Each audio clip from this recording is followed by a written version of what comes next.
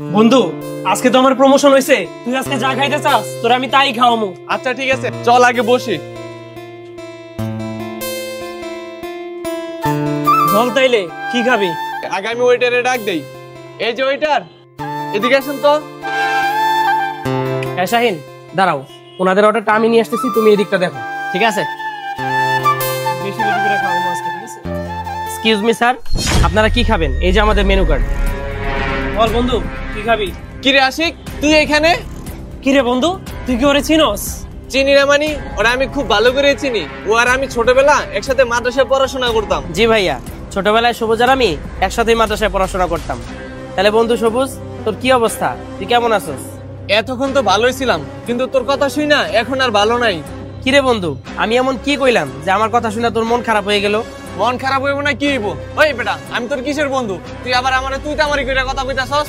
তোর লেভেল আর আমার লেভেল দেখছস? তুই কই আর আমি কই? তুই হইলি একটা রেস্টুরেন্টের সামান্য একজন ওয়েটার, আর আমি হইলাম বড় একটা কোম্পানির জিএম। তাইলে তুই চিন্তা করে দেখ, তোর সাথে কি আমার যায়? তুই আবার কোন হিসাবে আমার বন্ধু কইলি? দেখ বন্ধু, তুই যেটা ভাবতেছিস বিষয়টা ওইরকম না। হেই বেটা, তুই আবার আমার বন্ধুর মুখে মুখে তর্ক করস? দেখ বন্ধু, কি একটা পাঞ্জাবি পরে খেতের মতো সামনে দাঁড়ায় আছে। হ্যাঁ বন্ধু, তুই ঠিকই কইছস।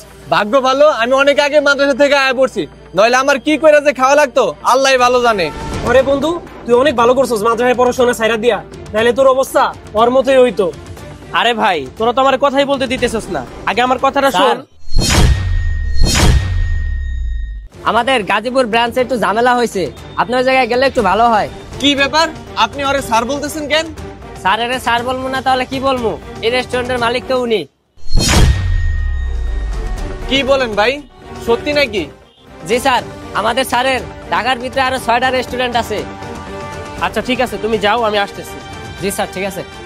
শোন বন্ধু, তোদেরকে একটা কথা বলি, মানুষ মাদ্রাসায় পড়াশোনা করলেই তারা যে সফল হতে পারবে না, জীবনে কিছু করতে পারবে না, এটা তোদের একটা সম্পূর্ণ ভুল ধারণা।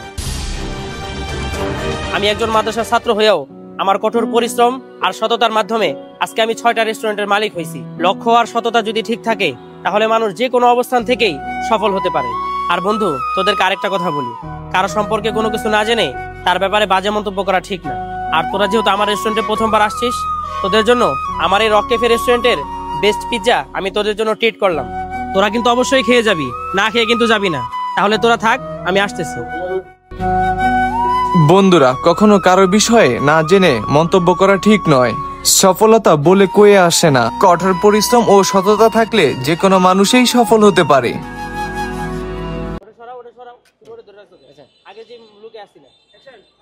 জি স্যার, আমাদের স্যারের ঢাকার ভিতরে আরো 6টা ব্রাঞ্চ আছে।